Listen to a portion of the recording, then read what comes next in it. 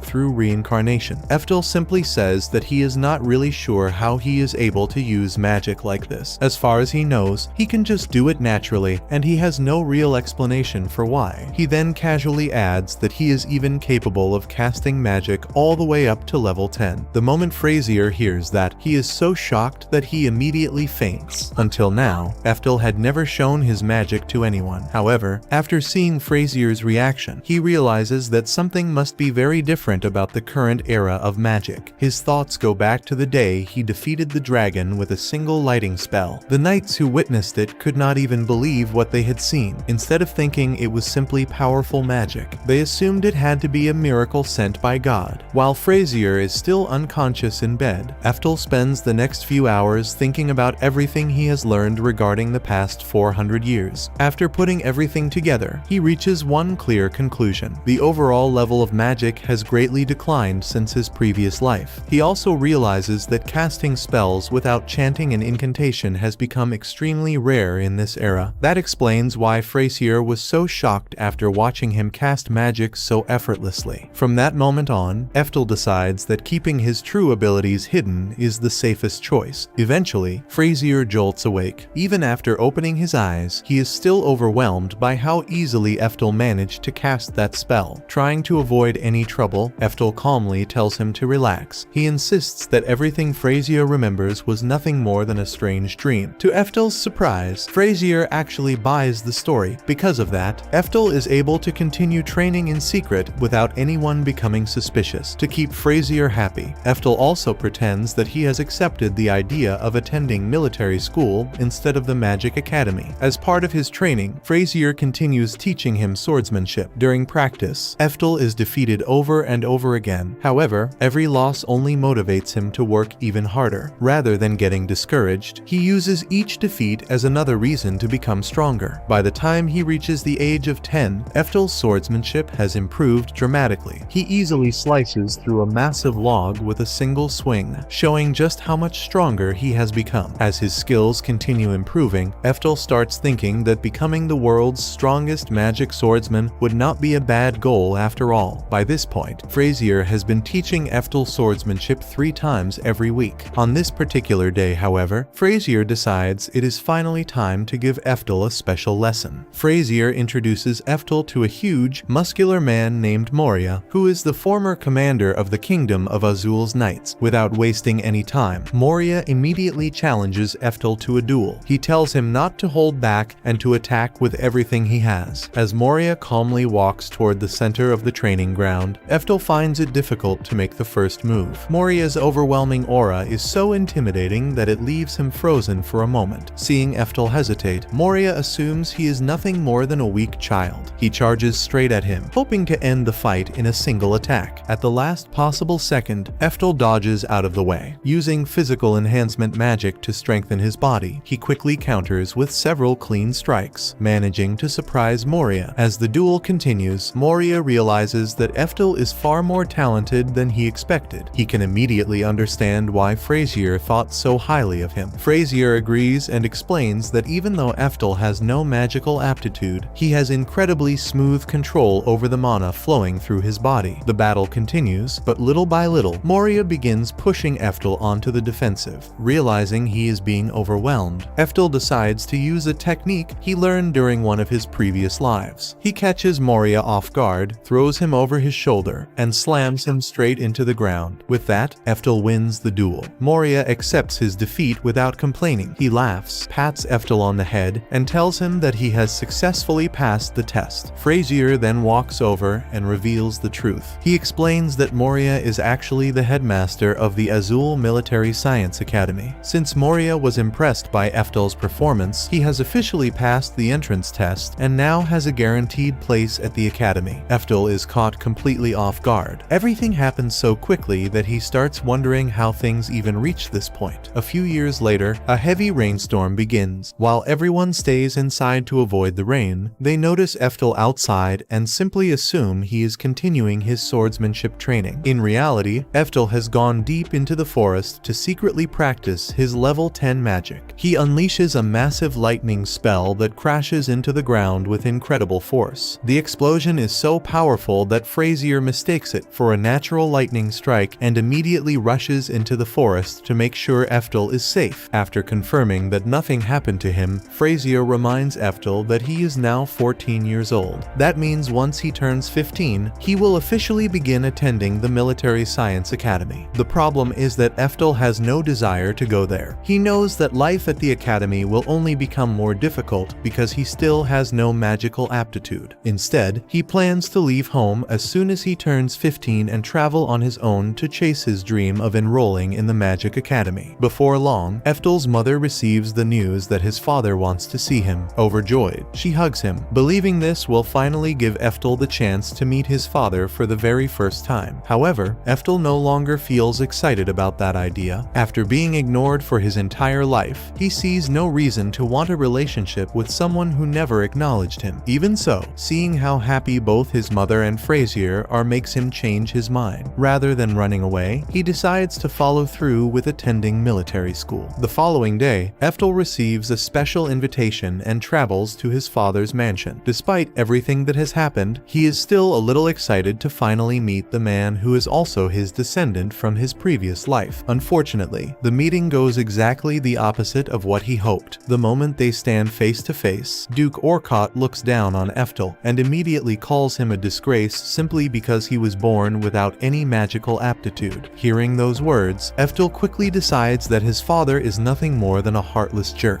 The Duke then mentions that he already knows Ephtal received a special invitation to the Military Science Academy. At first, Ephtal thinks his father is actually proud of him. However, the Duke's real reason quickly becomes clear. He says he is only happy because Ephtal and his mother will no longer be living under his care. Since Ephtal will now be attending the academy, he will not have to spend another coin supporting them. From now on, they will have to take care of themselves. At that moment, Ephtal realizes that the Duke only invited them to the mansion so he could insult them one last time. Before leaving, the Duke orders one of his sons, a man named Joachim, to fight Ephtal and determine whether he is truly capable of surviving at the Military Science Academy. The moment Joachim hears the order, a wide, unsettling grin spreads across his face. Right before the duel begins, Frazier gives Ephtal one final warning. He tells him that even though Joachim doesn't look all that dangerous, he was the best student in their school when it came to sword fighting. Because of that, he advises Ephtal to surrender if he realizes that he has no chance of winning. Ephtal calmly agrees and says he understands what Frazier means. Ephtal then steps forward to begin the battle, and Joachim immediately tosses a sword toward him. As soon as Ephtal catches it, he notices that the weapon is much heavier than he expected. Joachim explains that it is a hardwood sword, not an ordinary practice weapon. He says that if someone lands the attack properly, the sword is strong enough to crush a person's skull or completely shatter their bones. After saying that, Joachim suddenly puts on a twisted smile and stares directly at Ephtal. He says that Ephtal's mother has brought nothing but shame to the royal family because she gave birth to a child with no talent for magic. He admits that he has always wanted to kill her himself, but since he can't do that anymore, he will just have to settle for killing her son instead. The moment Ephtal hears those words, his expression turns completely cold. He realizes that Joachim and the Duke are easily the most unbearable people he has ever met. What makes him even more annoyed is the fact that these two idiots are actually his own descendants. That thought alone makes him even angrier than before. Without wasting another second, Ephtal rushes straight at Joachim and begins attacking him with his sword. He keeps swinging without giving Joachim any room to breathe, and he is surprised to see that Joachim barely manages to dodge every strike, even though Joachim avoids getting hit. It is obvious that he is struggling to keep up with Ephtal's speed and strength. Joachim is left completely shocked by the amount of power Ephtal possesses. He begins wondering if Ephtal has somehow become possessed because the person standing in front of him feels nothing like the weak boy he knew before. To Joachim, it is as if he is fighting a completely different person. The duel continues for a while as the two keep exchanging blows. Eventually, Joachim raises his sword and tries to block another one of Ephtal's attacks. At that exact moment, Ephtal activates his physical enhancement magic, greatly increasing his strength. He then swings his hardwood sword with overwhelming force, smashing straight through Joachim's defense and caving in his skull. With that single attack, the duel finally comes to an end, and Ephtal is declared the winner. Everyone watching the fight is left frozen in shock because none of them expected Joachim to lose so easily. Before leaving the arena, Ephtal stops for a moment and looks directly at Joachim. In a cold voice, he warns him that if he ever says another disrespectful word about his mother again, he will make sure he dies the next time. Ephtal then walks over to his mother, but he quickly notices that she seems a little afraid of him because of the incredible strength he showed during the duel. He gently reassures her that she has nothing to fear because no matter how strong he has become, he is still the same Ephtal she has always known. After that, Ephtal respectfully bows before the Duke and thanks him for inviting him over. Even though the Duke clearly isn't happy about what happened, he reluctantly wishes Ephtal good luck during his time at military school before letting him leave. Later that evening, Ephtal's mother prepares his favorite meal to celebrate his victory. The two of them are just about to start eating when they suddenly hear someone knocking on the front door. They open it and are surprised to find Moria and Frazier standing outside with a baby in his arms. Once he gets inside, Frazier immediately explains the situation. He says that a rumor has been spreading that the minister's faction is planning to assassinate the young prince while the kingdom's main military force is away fighting on the battlefield. The barbarian attack happened much earlier than anyone expected, so there wasn't enough time to prepare. Because everything happened so suddenly, Frazier decided that Ephtal's house was the safest place he could think of to hide the prince until they figured out what to do next. After hearing that, Ephtal quickly understands the political situation. The previous king of Azul had two sons, and the younger son was far more talented than the older one. Because of that, the younger son became the current king, while the older son became the crown minister instead. Since the current king originally had no male heir, everyone believed that the minister's own son would eventually inherit the throne. However, everything changed when the current king finally had a son of his own. That one event destroyed the minister's plans, which is exactly why his faction now wants the young prince dead before he can inherit the kingdom. Even after figuring all of that out, Ephtal still can't understand one thing. He wonders how the barbarians managed to break through the kingdom's defenses and reach the capital after security had supposedly been strengthened. Frazier believes there is only one person who could have made that possible. He suspects that the Duke is secretly behind everything because if the royal family is overthrown and power changes hands, the Duke would gain more than anyone else, since returning to the capital is no longer an option. Frazier decides that their only choice is to cross the border and take the prince to the kingdom's main army, where he will be much safer. It is a dangerous journey, but they have no better alternative if they want to keep the prince alive. The next morning, Moria and Frazier finish preparing for the trip and begin saying their goodbyes before leaving. Just then, Ephtal suddenly appears and asks if he can come with them. Moria and Frazier happily accept his offer because they know they will need every bit of help they can get during such a dangerous mission. Although they are grateful to have him with them, it is obvious that Ephtal's mother is heartbroken as she watches her son leave home once again. The three of them begin making their way through the forest while discussing the safest route and planning their next move. In the middle of their conversation, a loud noise suddenly echoes through the trees. Realizing that something is wrong, they immediately decide that the smartest thing to do is leave the forest as quickly as possible before whatever caused the sound catches up to them. However, the moment they reach the edge of the forest, they suddenly stop in their tracks. Waiting for them outside is an even more terrifying sight. The Duke has already arrived with his personal division of battle mages, and they have completely blocked their path. It is immediately clear that they have no intention of letting the prince escape, and they are prepared to take him back no matter what it costs. They immediately think about turning back, but they quickly discover that the path behind them has already been blocked by a wall of fire. That is when they realize the loud sound they heard earlier was actually the Duke's mages setting the entire forest on fire, with flames cutting off one escape route and the Duke's forces blocking the other. They find themselves completely trapped with nowhere left to run.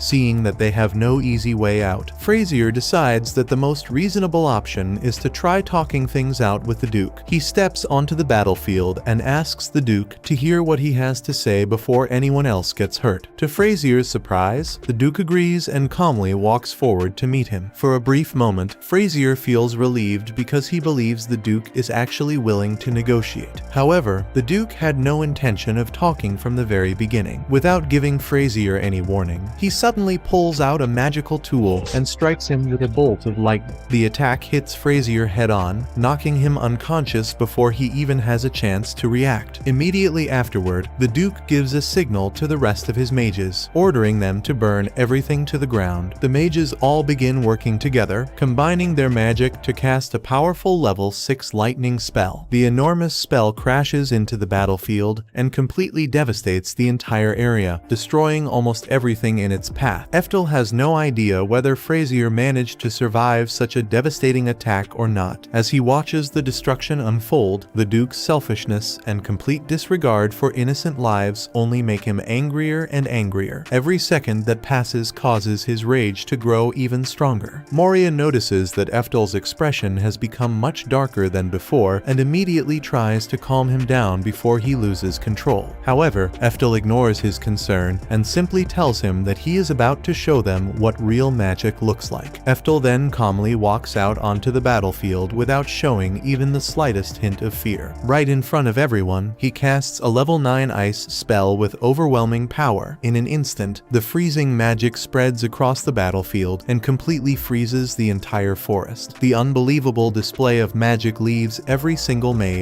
along with the Duke himself, staring in complete shock because none of them have ever witnessed such incredible power before. The moment the Duke realizes that the person standing before him is Ephtal, he immediately orders his mages to stop holding back and show him what they are truly capable of. Without hesitation, the mages combine their strength once again and fire several level 5 explosion arrows straight at Ephtal. The attacks appear to hit him directly, creating a massive explosion that shakes the entire battlefield. The Duke immediately begins celebrating, convinced that no one could possibly survive an attack of that magnitude. But as the smoke slowly clears, everyone is left speechless. Ephtal is still standing exactly where he was before, completely unharmed. It turns out he protected himself by using his always-on magic defense circle, allowing him to block the entire explosion without suffering a single injury. Desperate to stop him, the Duke orders all of his mages to unleash the level 6 lightning spell against Ephtal. As the powerful attack races toward him, Ephtal can't help but find the whole thing insulting. The spell being used against him is the very same legendary lightning magic that was originally named after him. Seeing it used in such a pathetic way only annoys him even more. Without showing even the slightest concern, Ephtal calmly casts a level 7 energy guard spell and effortlessly blocks the entire attack. The massive lightning spell disappears without leaving a scratch on him. Every mage watching is left completely stunned because the level 6 lightning spell is considered legendary magic. They had always believed it was impossible for anyone to block it head-on. After that, a twisted grin slowly spreads across Ephtal's face. He suddenly dashes straight into the army of mages and begins cutting them down one after another without giving them any chance to fight back. His movements are so fast and overwhelming that the mages are completely powerless against him. One after another, they fall before they can even understand what is happening. Realizing they have absolutely no chance of defeating him, the remaining mages abandon the fight and try to run for their lives. Before any of them can escape, Ephtal raises his hand and casts a level 10 lightning spell. The overwhelming magic instantly sweeps across the battlefield, wiping out the entire army in a single attack. When the dust finally settles, only Joachim and the Duke are still alive. Ephtal calmly walks over to the two survivors without showing any emotion. He casually knocks Joachim unconscious before he even has the chance to resist. After that, he turns his attention to the Duke. Looking him straight in the eyes, Ephtal tells him that he has no intention of showing mercy to the kind of man who would sacrifice his own son for his selfish ambitions. Once he finishes speaking, he knocks the Duke unconscious as well. With that, the coup finally comes to an end. Not long afterward, both Joachim and the Duke are publicly executed for their crimes, bringing their rebellion to a permanent end. It doesn't take long before Frazier is discharged from the hospital. As soon as Ephtal hears the news, he immediately goes to check on him. Frazier explains that he only survived because of his family's necklace, which protected him from the fatal attack. The moment Ephtal sees the necklace, he immediately recognizes it as Oberon's guard. It originally belonged to him in the past and had been passed down through the family for many generations before eventually ending up in Frazier's hands. With the Duke gone, Frazier becomes the new head of the household because he risked his own life to protect the crown prince during the attack. On top of that, the kingdom begins stripping the Duke of all his noble titles and honors, completely erasing his legacy after everything he had done. Some time later, Ephtal decides to show Frazier and Moria the true extent of his magical power, as they watch him demonstrate one incredible spell after another. Both of them are left deeply impressed by what they see. Even so, they warn him that he should keep his true strength a secret secret because if the rest of the world ever found out how powerful he really is, it could throw the entire world into chaos. They become even more surprised when Ephtal reveals that he still plans to attend magic school. Both Frazier and Moria think he has already become far too powerful to learn anything there. But Ephtal explains that raw power isn't everything. He wants to study magic properly so he can learn how to control his abilities and use every spell to its fullest potential. After hearing his reasoning, Frazier and Moria fully support his decision. With that, Ephtal takes another important step forward on his journey to master the path of magic.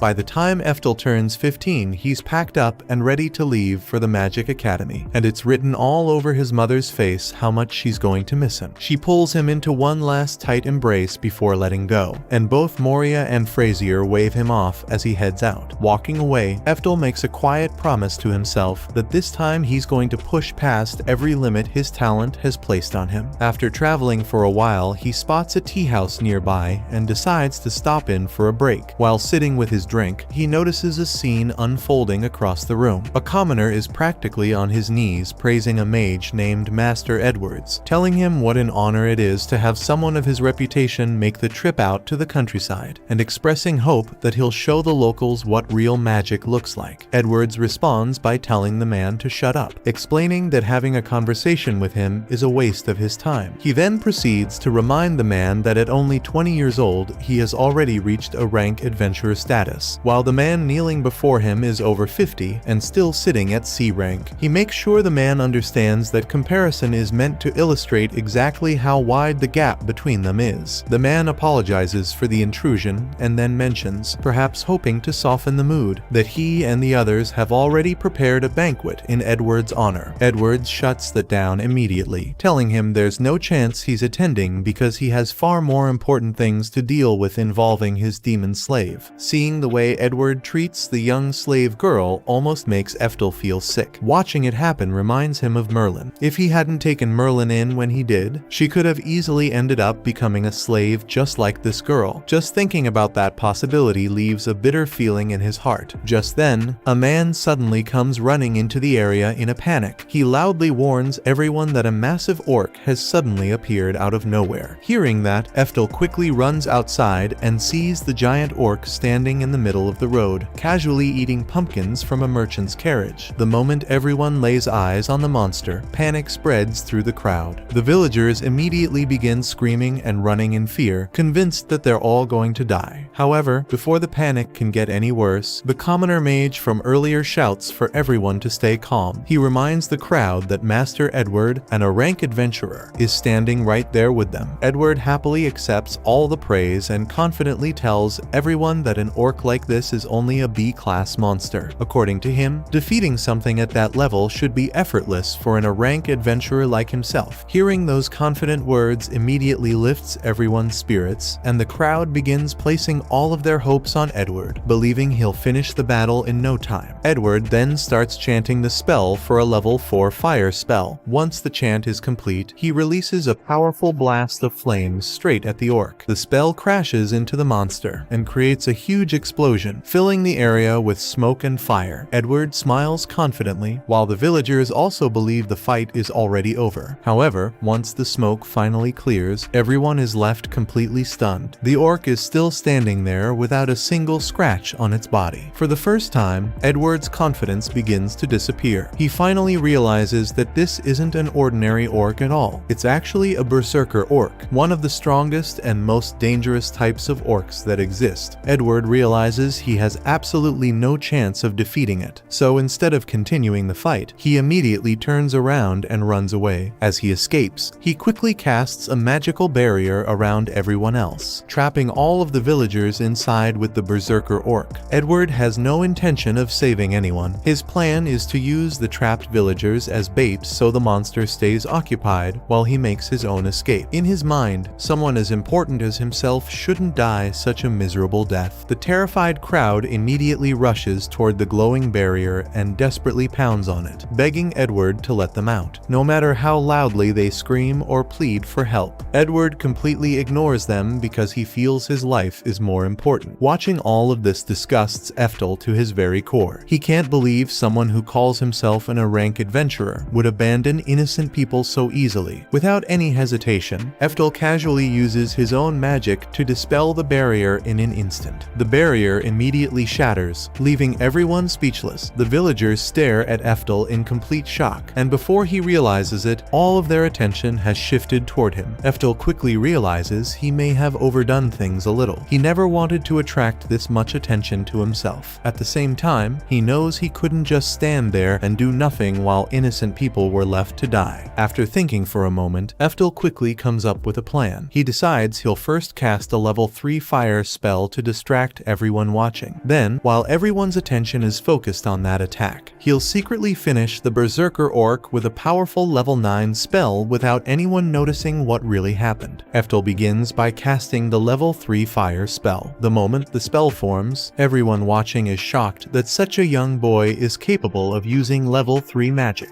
Their disbelief only grows as they watch the spell race toward the berserker orc. However, before Ephtal even gets the chance to secretly follow up with his planned level 9 spell, something completely unexpected happens. His level 3 fire spell alone is enough to defeat the berserker orc, bringing the massive monster down on the spot. Edward watches the entire scene in complete disbelief. He can't understand how Ephtal's level 3 spell managed to defeat the monster when his own level 4 spell couldn't even leave a scratch on it. The old mage from earlier quickly explains that Ephtal didn't simply cast a normal level 3 spell. He forged and refined the magic before releasing it, greatly increasing its power until it became comparable to a level 5 spell. Hearing that explanation makes Ephtal realize that Edward isn't nearly as skilled as he originally believed. Something as basic as forging and refining magic should have been second nature to an experienced rank adventurer. Yet Edward never even bothered to do something so simple. Ephtal realizes he ended up drawing far more attention than he expected as everyone around him is staring in his direction. But a few seconds later, he notices they aren't actually looking at him. They're all staring at the giant flaming monster behind him because they think it smells delicious. While everyone is distracted, he quietly slips through the crowd and decides it's time to leave. Before walking away, he calls out to Edward one last time. He tells him that he should show more respect to his elders because the old man standing beside him knows far more about magic than he ever will. Ephtal also reminds Edward that trapping people inside that barrier was basically attempted murder, and someone who tries to kill others has no right to own slaves. He tells Edward to free the demon girl and turn himself in. Seeing how kind and calm Ephtal is makes the demon girl look at him in a completely different way. As Ephtal continues on his journey, she quietly follows behind him for a while. Eventually, Ephtal notices her and turns around to ask what she wants. The demon girl nervously asks if he will become her master, completely catching Ephtal by surprise. She then drops to her knees and begs him, explaining that if nobody claims her, she'll be arrested as an escaped slave. Ephtal knows that now the bond with her former master has been broken. She's technically free, but that also means any strange or cruel person could force her into becoming their slave. She could even end up with someone much worse than Edward. Since she's a demon, Ephtal wonders how she became a slave in the first place. She explains that after her clan lost a war against the human nations long ago, humans enslaved them, and ever since then, her people have lived as slaves. Hearing her story makes Ephtal realize that once someone becomes a slave, escaping that life is almost impossible. The demon girl also reveals that she's related to Merlin, the headmistress of the Magic Academy. Hearing that makes Ephtal's eyes go wide with shock. It's the same Merlin he over 400 years ago, and she's now the headmistress of the academy. Realizing how successful she's become fills him with pride. Then he remembers that demons live for a very long time, so it makes sense that she's still alive. Ephtal then asks the demon girl for her name, and she tells him it's Anastasia. Knowing she's one of Merlin's relatives, Ephtal can't bring himself to leave her behind or let her continue suffering. In the end, he agrees to become her master. They reach the town before sunset, and Anastasia asks why they stopped there. Ephtal explains that the Magic Academy's entrance exam will be held there the next day. Anastasia is surprised to hear that he's enrolling as a student, especially since he's already so powerful. Putting that aside. Ephtal suggests they find an inn to rest for the night, but before that, they need to get something to eat. A short time later, they arrive at a fancy restaurant. The waiters seem unsure about serving Ephtal because it's rare to see someone bring a slave into such an expensive place. Still, they decide to seat him. As they walk in, Ephtal notices the other nobles giving him dirty looks for having the nerve to bring a slave into such a high-class restaurant. After sitting down, Ephtal notices that Anastasia is sitting on the floor instead of using the chair. She explains that slaves are supposed to kneel beside their masters so they can respond to their needs at any moment. Ephtal simply tells her to forget everything she learned as a slave and sit in the chair instead. The moment Anastasia sits down, one of the waiters walks over and tells Ephtal that it's against the restaurant's rules for slaves to sit on the chairs because the place is meant only for high-class guests. He even starts to think Ephtal is too poor to afford a meal there. But everything changes the moment Ephtal puts 3 dragon drops on the table, leaving the waitress speechless. Ephtal thinks this is not enough, so he reveals the rest of the dragon drops hidden beneath his jacket. The waiter instantly realizes that only 1 dragon drop is worth 500 gold coins, so he changes his attitude, quickly apologizes, and tells the rest of the staff to serve Ephtal and his guest the best meal on the menu. When the food finally arrives, Ephtal is ready to eat, but he notices that Anastasia is still too nervous to touch her food because she's a slave. Ephtal once again tells her to forget about all of that and simply enjoy the meal. He admits that she has probably been treated badly for most of her life, and it's even possible that one day he might hurt her feelings without realizing it. If that ever happens, he tells her she has every right to get angry at him and tell him. Anastasia is honestly shocked that someone would treat her with so much kindness and fairness, and she happily agrees. The next morning, they head to the Magic Academy to register for the entrance exam. Anastasia also thanks Ephtal for buying her new clothes, and Ephtal tells her they look great on her. Thinking about it some more, Ephtal suggests that Anastasia should take the entrance exam as well. If she passes, she could get a good job in the future. Anastasia isn't very confident that she'll be able to do it, but Ephtal is sure she'll be fine. He can sense that she has more magical talent than almost anyone else there. After all, she's one of Merlin's descendants. Not long after, the head instructor steps forward and announces that the first stage of the entrance exam will be a massive battle royale. The contestants are told that they must fight until only 5 people remain. They are allowed to use any method they want as long as they can knock their opponents out of the ring. The supervisor watching over the exam is actually a B-rank adventurer who has been in charge of this part of the entrance exam every year. However, after watching the exam for so many years, the supervisor has rarely seen any students who truly stand out. Because of this, he doesn't have high expectations for this year's group of applicants and expects the battle to be no different from the others he has seen before. The battle royale begins shortly after, and the contestants immediately start fighting. The usual strategy is to take out the weakest students as quickly as possible before they become a problem later. Because of this, several students quickly gang up on Ephtal and Anastasia, assuming that the 2 of them will be easy targets. However, the supervisor is left completely shocked when Ephtal manages to take down 9 students all by himself. He can tell that Ephtal is using some kind of physical enhancement magic, but he is still surprised that someone so young is capable of using it at such a high level. Anastasia then decides to join the fight and casts a level 3 wind spell. The other students are left stunned because a level 3 spell is considered an advanced spell for someone their age. Ephtal notices that Anastasia had to use an incantation before casting her spell, so he asks her why she needs to do that. Anastasia is confused by the question because she doesn't believe it is even possible to cast magic without using an incantation. Ephtal then decides to prove her wrong. He begins casting 4 simultaneous level 4 wind spell without using an incantation, leaving Anastasia and the other students completely shocked. The powerful spell immediately knocks the rest of the contestants out of the ring, ending the battle in an instant. The supervisor is left in complete disbelief at what he has just witnessed. He never expected to see someone as young as Ephtal use such powerful magic without even needing an incantation. With all their opponents defeated, the supervisor officially announces that Ephtal and Anastasia have won this round of the entrance exam. Next up is the written exam. Ephtal sits down and looks at the test paper, but he quickly finds the entire thing extremely tedious. There are simply too many questions, and he feels like the exam is taking taking forever. However, Ephtal doesn't find the actual questions difficult at all. In his previous life, he had already mastered the study of magic, so the knowledge being tested is something he already knows very well. About an hour later, the written exam finally comes to an end. Ephtal lets out a sigh of relief and tells Anastasia how glad he is that he has finally finished answering all those questions. However, Anastasia suddenly informs him that he wasn't actually supposed to answer every question on the exam. He was only supposed to choose one question that was most related to his own field of study and answer that one. Hearing this, Ephtal is completely shocked. He can't believe that he spent all that time answering every single question when he only needed to answer one. The exams are eventually scored, and the school authorities are left completely stunned when they see Ephtal's results. He scores an incredible 958 points, making it the highest score ever recorded in the history of the exam. The dean immediately becomes suspicious and assumes that Ephtal must have cheated somehow. However, before he can take any action, the supervisor from the Battle Royale walks into the room. The supervisor explains that during the Battle Royale, Ephtal managed to cast 4 level 4 spells in parallel, based on the incredible skill Ephtal displayed during the battle. The supervisor believes that it is highly unlikely that he would need to cheat on a simple written exam. The dean then starts thinking about Ephtal's name. He remembers that the infamous Lightning Emperor also had the exact same name. This makes him wonder if Ephtal could somehow be the reincarnation of the legendary mage. A few days later, all the applicants gather around the school's notice board to find out whether they have been accepted into the Magic Academy. Ephtal carefully looks through the list, trying to find his name. While he is still searching, Anastasia suddenly runs up and throws her arms around him. She excitedly tells Ephtal that she has been accepted into the special magic class. However, Anastasia quickly realizes that she is hugging Ephtal in front of all the other students. She immediately becomes embarrassed when she notices everyone staring at her. Ephtal simply congratulates her before returning his attention to the notice board. Ephtal continues searching for his name, but no matter how many times he looks through the list, he can't find it anywhere. Eventually, he realizes that his applicant number isn't even on the list. Ephtal immediately assumes that he has been rejected. He begins wondering if the school secretly conducted some kind of aptitude test without telling him and rejected him because he failed it. Anastasia becomes angry and says that she is going to complain to the school about the situation. However, Ephtal quickly calls her back and tells her not to do that because it would only embarrass him even more. Just then, the two of them notice another notice board nearby. This one is different from the regular acceptance list and appears to be reserved for special announcements. When Ephtal looks at it, he suddenly sees his own name written there. He discovers that the school has classified him as a special elite student. Ephtal isn't really sure what being a special elite student means, but he is mostly just relieved that he has actually been accepted into the school. A little while later, Anastasia explains that being a special elite student comes with many special benefits. Ephtal will receive free tuition and even get free food while attending the academy. However, Ephtal isn't very impressed by these benefits. He quickly realizes that these perks are probably just part of the school's public image and a way to show everyone how important their special elite students are, instead of being excited about all the attention. Ephtal starts worrying that being treated as a special student might actually cause him more trouble than it is worth. After all, he doesn't want everyone watching his every move or constantly trying to figure out who he really is. Ephtal already has his own goal in mind. He plans to make use of the school's massive library while keeping as low a profile as possible. His main objective is to search through the academy's knowledge and research materials in secret. Ephtal hopes that by studying everything he can find, he might finally discover a breakthrough related to magical aptitude. But now that Ephtal has been given such a high ranking, he starts to wonder if he will actually be able to keep a low profile. With the school already paying so much attention to him, staying unnoticed may be harder than he originally expected. As Ephtal and Anastasia walk through the school grounds, Ephtal suddenly spots someone familiar. The moment he sees her, he immediately recognizes her as Merlin. Merlin has grown up a lot since the last time Ephtal saw her, but there is no doubt in his mind that it is really her. Ephtal knows that Merlin is very familiar with him, so if she gets a good look at him, she could easily recognize who he really is. This could become a huge problem because Merlin might publicly reveal that Ephtal is actually the Lightning Emperor. Ephtal quickly hides behind a wall and tries to avoid avoid being seen by Merlin. He knows that the safest thing he can do is get away from her as quickly as possible. So Ephtal grabs Anastasia and tries to leave the area before Merlin notices him. However, Ephtal soon realizes that hiding from Merlin won't be enough. Even though she doesn't see him directly, Merlin is still able to sense his energy. Merlin suddenly stops and realizes that Ephtal must be somewhere nearby. She begins searching the area, following the energy she can feel. Ephtal tries to get away as quickly as possible, but Merlin eventually catches up to him. She runs up to him and immediately asks him a direct question. She wants to know if he is somehow related to the Lightning Emperor. Ephtal immediately denies knowing anything about the Lightning Emperor and refuses to give Merlin any reason to suspect him. Without wasting any more time, he quickly runs away with Anastasia before Merlin can ask him anything else. Once they finally make it outside, Ephtal turns to Anastasia and asks her if she was able to recognize Merlin. Anastasia admits that she is actually embarrassed to say this, but she has never even met Merlin before. Ephtal is surprised by this, but Anastasia explains that she and Merlin are only very distant relatives. Because of how distant their family connection is, they have never had the chance to meet each other. Ephtal then realizes that this actually makes sense. After all, Anastasia and Merlin don't look very similar, so it would be understandable if Anastasia had no idea what Merlin looked like. A while later, the new students gather for their orientation. During the event, Merlin is brought forward as the headmistress of Altina Academy to give a speech welcoming the new students. As Merlin finishes her speech, Ephtal finally understands why she is here. He realizes that she isn't a teacher at the academy, meaning he won't have to worry about running into her again anytime soon. However, just when Ephtal thinks everything is going to be fine, the dean suddenly calls him forward in front of everyone and introduces him as one of the Academy's special elite students. The moment Merlin hears Ephtal's name and realizes that it is the same name as her former master's, she immediately becomes certain that this is actually him. Ephtal quickly realizes that his plan to live a quiet life has completely fallen apart. Later, just as expected, all the girls in the class immediately surround Ephtal. They are fascinated by him because he is a special elite student, and they think his status makes him incredibly cool. Anastasia watches all the girls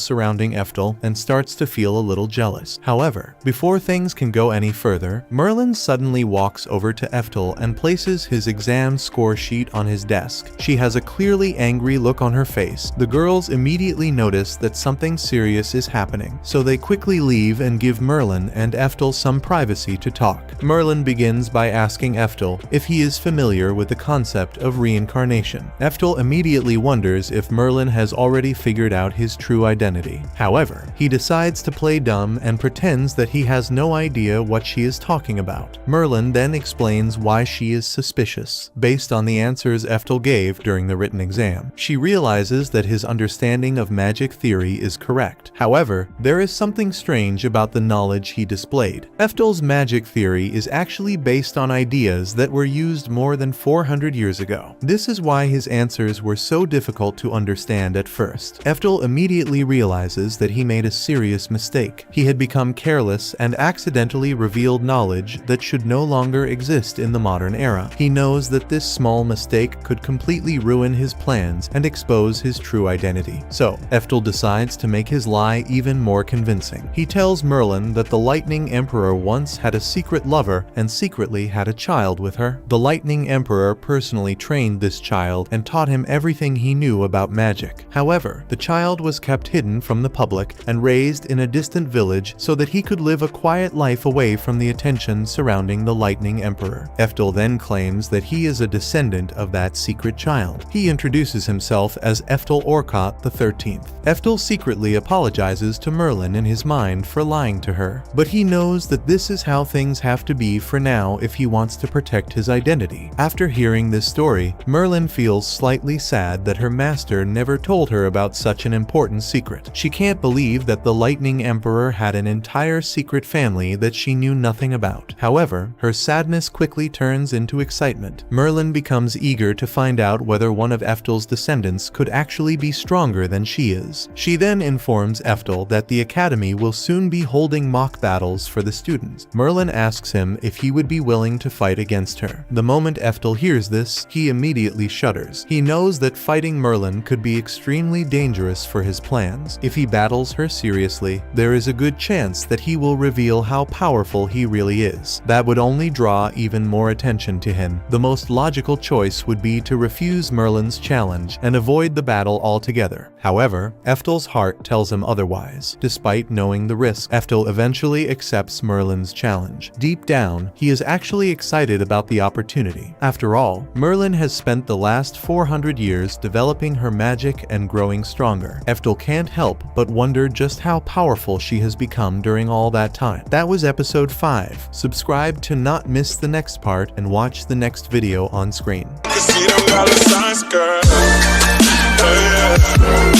I heard that you addicted to these hands now, girl.